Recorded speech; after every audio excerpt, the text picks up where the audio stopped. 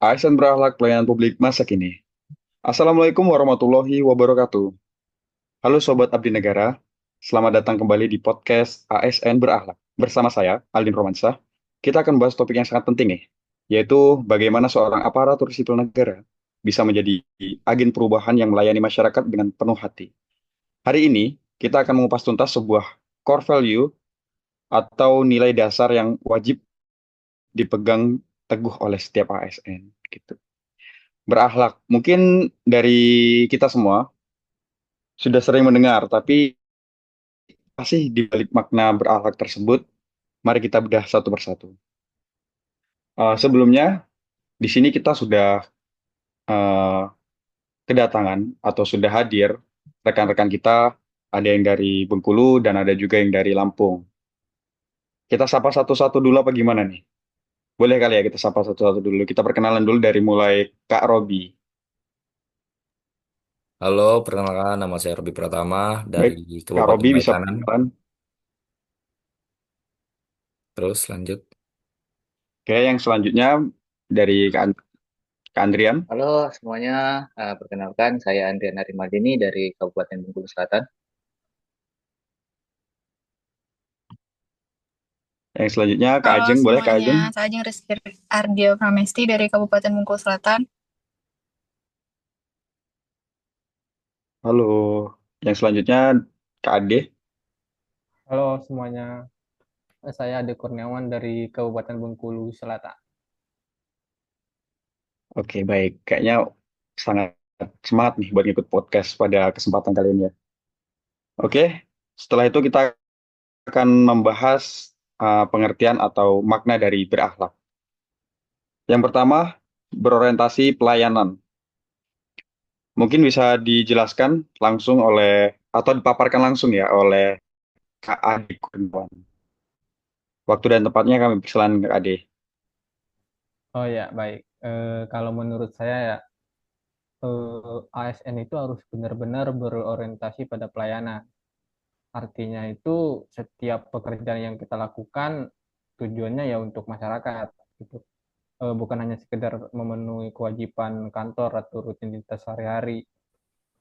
Misal, kalau ada warga yang datang, kita nggak boleh ribetkan dengan birokrasi yang muter-muter. Terus kita harus coba bikin prosesnya itu lebih cepat, ramah, dan membantu sampai mereka paham. Intinya pelayanan itu bukan cuma sekedar ngasih apa yang diminta, tapi juga memberi pengalaman yang baik.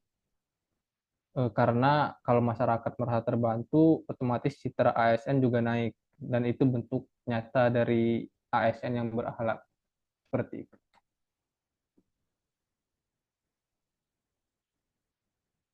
Oke, baik Kak Ade, terima kasih atas tanggapannya. Ini bagus banget ini. Berarti intinya tuh kita tidak hanya mengasih apa yang diminta ya Kak Dia, tapi memberikan pengalaman-pengalaman yang lebih bagus gitu ya Kak ya. Iya, benar sekali. Oh, oke, mantap, mantap. Mungkin yang selanjutnya ada akuntabel dan kompeten ini. Kita pilih nih siapa nih kira-kira yang mau menjelaskannya. Boleh dia Kak Ajeng, boleh menjelaskan. Silahkan Kak Ajeng. Oke, terima kasih Kak Aldin. Nah, di sini ada akuntabel dan kompeten. Itu keduanya itu saling berjalan beriringan. Berarti akuntabel itu artinya bertanggung jawab atas kepercayaan yang diberikan. ASN harus menggunakan kekuasaan dan sumber daya negara secara bijak, transparan, dan tidak menyalahgunakan wewenang. Sedangkan kompeten, yaitu terus belajar dan meningkatkan kapabilitas diri. Dunia ini kan terus berubah, teknologi juga semakin canggih. Jadi, kita sebagai seorang ASN tidak boleh merasa puas dengan ilmu yang kita punya. Kita harus terus mengasah diri, mengikuti pelatihan, pendidikan, atau inisiatif pribadi kita. Contohnya, dari akuntabel dan kompeten ini, saat ada pelatihan untuk ASN, kita nggak boleh memilih peserta karena urusan personal. Jadi kita harus memilih sesuai dengan kompetensi yang dibutuhkan dan sesuai dengan pelatihan tersebut. Jadi, kita sebagai ASN itu harus mengutamakan kepentingan negara di atas kepentingan pribadi. ASN yang kompeten adalah aset berharga bagi negara. Begitu, Kak Aldin.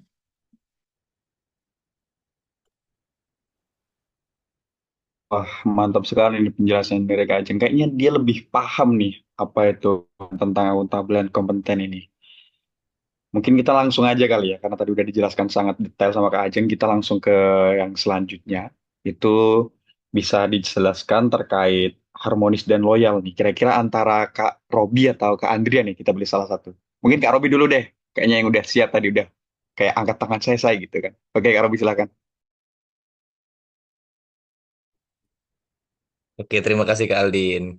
Di sini saya akan menjelaskan terkait harmonis dan loyal. Yang pertama harmonis. Harmonis itu bukan cuma soal nggak berantem ya. Bayangin kantor kalian kayak sebuah band. Ada vokalis, gitaris, drummer, dan basis. Masing-masing punya peran sendiri-sendiri. Suaranya pun beda-beda. Tapi kalau mereka main bareng dan bisa saling dengerin, hasilnya jadi musik yang enak. Nah, itu yang namanya harmonis. Dalam ASN, harmonis itu bukan cuma soal nggak ribut atau nggak adu mulut. Lebih dari itu. Harmonis artinya saling menghargai, saling membantu, terbuka dalam komunikasi. Intinya, harmonis itu menciptakan lingkungan kerja yang nyaman dan positif. Kalau kita betah di kantor, semangat kerja juga pasti naik kan? Kemudian loyal, bukan cuma soal nurut-urut aja. Nah, sekarang kita bahas loyal. Ada yang mikir loyal tuh cuma nurut sama atasan, padahal nggak sesempit itu. Loyal itu adalah komitmen yang tulus, seperti komitmen pada janji, setia pada ideologi negara, dan menjaga nama baik instansi. Jadi loyal itu tentang integritas dan pengabdian yang tulus. Kita bekerja bukan cuma buat cari uang, tapi buat berkontribusi pada bangsa. Kalau kita loyal, kerjaan yang kita lakukan pasti penuh makna. Begitu Kak Aldin. Oh, baik-baik begitu. Itu tadi penjelasan dari Kak Robi ya, sahabat ASN terkait penjelasan harmonis dan loyal. Berarti kita sebagai seorang yang ASN itu tidak hanya menurut apa perintah atasan aja kayak yang benar mana yang baik gitu kayak. Oh ya Kak Robi kita kasih eh, contoh lah misalnya kalau misalnya Kak Robi dapat perintah dari atasan gitu Kak ya. Tapi itu agak menyeleweng itu, menyeleweng gitu Kak. Agak menyeleweng atau menyimpang gitu Kak. Apa sih Kak yang dilakukan sebagai seorang ASN yang benar, yang berakhlak gitu Kak? Izin Kak. Baik, terima kasih Kak atas pertanyaannya. Kalau itu kita sebagai ASN tuh harus profesional sih. Dan apabila ada atasan itu yang menyeleweng, lebih baik kita bicarakan baik-baik atau kita nasihatilah dengan kata-kata yang baik, jangan sampai menyinggung ataupun membuat dia sakit hati. Ya, bagaimanapun juga itu atasan kita. Izin Kak, mungkin segitu Kak. Oh begitu ya Kak Robi, benar banget ini Kak Robi nih. Kayaknya Kak Robi ini sebagai seorang ASN yang lurus gini ya Kak ya, yang tidak bisa tergoda sama hal-hal negatif gitu Kak ya. Wah bagus banget nih buat teman-teman Ya, sobat ASN semuanya. terima Kita kasih. patut mencontoh nih Kak Robi nih, bagus banget nih. Ya, mungkin kita langsung saja ke yang selanjutnya Kak. Ada adaptif dan kolaboratif. Aduh, sorry banget nih Kak Andrian, ke bagian yang terakhir ini Kak Andrian. Boleh mungkin dipaparkan apa sih Kak pengertian adaptif dan kolaboratif itu di ASN ini? Ah, ya sih, Kak, tergantung ya, tergantung dari sudut pandang masing-masing sih kalau untuk hal itu. Kayak seperti dari saya itu, dari sudut pandang saya, yang pertama sebelum kita membahas apa itu adaptif bagi ASN, kita harus tahu terlebih dahulu tuh, apa sih arti dari adaptif. Untuk adaptif itu sendiri diambil dari kata adaptasi yang artinya adalah proses atau kemampuan makhluk hidup untuk menyesuaikan diri dengan lingkungan agar situasi baru agar bisa bertahan, berkembang dan berfungsi dengan baik. Untuk ASN sendiri, adaptif itu artinya proaktif dan inovatif dalam menghadapi perubahan. Uh, Misal nih, ketika ada kebijakan baru atau teknologi baru, ASN yang adaptif akan cepat menyesuaikan diri, bahkan proaktif mencari solusi ketika terbentur dalam suatu masalah. Dia tidak menunggu perintah, tapi bergerak untuk meningkatkan kualitas pelayanan. Untuk zaman sekarang ini, hal yang paling berpengaruh yaitu perkembangan teknologi.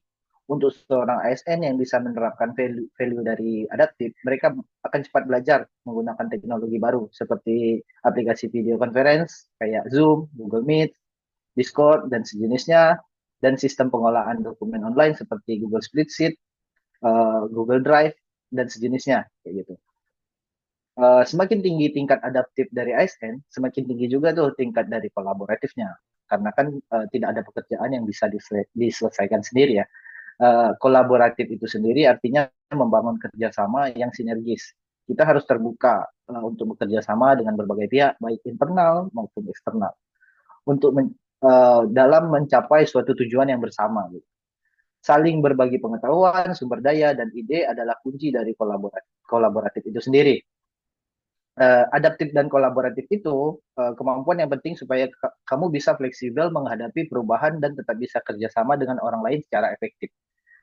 Untuk contoh kasusnya seperti yang kita lakukan sekarang nih, kita dari berbagai daerah seperti Kak Aldin, Kak Robi itu dari Waikanan dan Kak Ajeng, Kak Ade dan saya sendiri itu dari Bengkulu Selatan. Di sini kita saling berkolaborasi untuk menambah wawasan tentang apa itu berakhlak. Kalau menurut saya sih kayak gitu ya. Oh, oke oke Kak. Wah, banget. Sangat luar biasa nih penjelasannya dari Kak Andrian ini terkait adaptif dan kolaboratif. Intinya berarti kita tuh tidak boleh menutup diri terkait perkembangan zaman kayak apalagi teknologi sekarang ini kan canggih nih buat menunjang kinerja kita sebagai seorang ASN gitu kayak. Iya betul. Semakin kita beradaptasi Oke. dengan perubahan, kita akan semakin efektif pekerjaan kita, gitu. Efektif dan efisien kayak gitu kan. Iya, siap siap Kak, siap Kak. Mantap mantap mantap.